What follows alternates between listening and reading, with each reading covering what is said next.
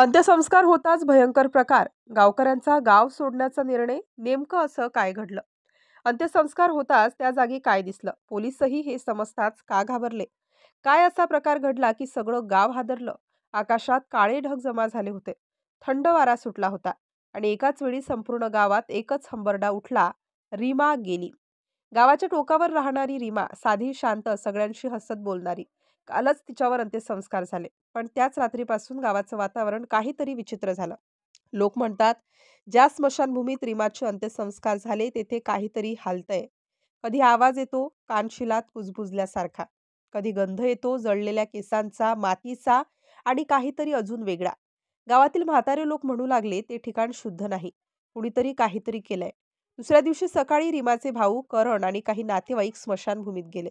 त्यांनी विचार केला, आज अस्थी उचलूया. पण जेव्हा त्यांनी हातात लोखंडी फावडे घेतलं आणि राख उघडायला सुरुवात केली, त्यावेळी सगळ्यांच्या अंगावर काटा आला.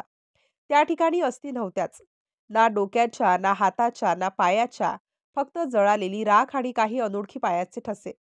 करंटचा आवाज थरथरला. हे काय झालंय? कोणी केलं हे? सगळे घाबरले. कोणी म्हणालं कुत्र्यांनी नेलं असेल.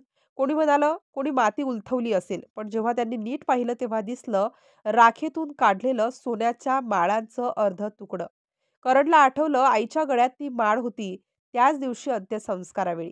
म्हणजे कुणीतरी अंगावरील सोन्यासाठी राखेत हात घातला होता. त्या क्षणी गावात एकच बातमी वाऱ्यासारखी पसरली. स्मशानभूमीतून अस्थी चोरीला गेल्यात. लोकांच्या चेहऱ्यावर भीती, काहींच्या डोळ्यात राग आणि काहींच्या मनात प्रश्न. कोण करू शकेल असा नीच प्रकार? पोलीस आले. निरीक्षक राजन यांनी तपास सुरू केला. त्यांनी सगळं ठिकाण सील केलं. पण रात्री जेव्हा त्यांना सीसीटीव्ही फुटेज त्यांनी पाहिलं, त्यांच्या कपाळावर घाम फुटला. रात्री 2च्या सुमारास एक सावली स्मशानात शिरली होती. संपूर्ण काळा कपडा, चेहरा झाकलेला. ती सावली थांबली रीमाच्या जागेजवळ. हळूहळू वाकली, राख हलवली, काहीतरी उचललं आणि अचानक त्या कॅमेऱ्यात लाईट गेली. फुटेज काळं पडलं. राजनने फुटेज थांबवला आणि पुटपुटला, ही सावली माणसाची नाही, काहीतरी वेगळं आहे. दुसऱ्या दिवशी गावात कुजबूज झाली. रीमाच्या अस्थी कुणी चोरल्या नाहीत, त्या स्वतः गेल्या. लोक म्हणू लागले, रीमाला ज्या दिवशी जाळलं त्या रात्री एका काळ्या आकृतीला स्मशानातून जाताना कोणीतरी पाहिलं होतं. ती आकृती मानवी नव्हती. तिच्या पायांच्या जागी साखळी वाजत होती. गावातील पुजारी भव्या म्हणाले, हे एखाद्या काळ्या विधीचं काम आहे. कुणीतरी त्या महिलेच्या अस्थी काळ्या जादूसाठी वापरतंय. पोलिसांनी गावात चौकशी केली. अनेकांना विचारलं पण कुणी काही सांगायला तयार नव्हतं. रात्री मात्र एक म्हातारी बाई आली राजनच्या ऑफिसात. तिच्या हातात एक जुना लाकडी डब्बा होता. ती म्हणाली, हे त्या रीमाचं डोकं आहे. राजन थरथरला. तू कोण?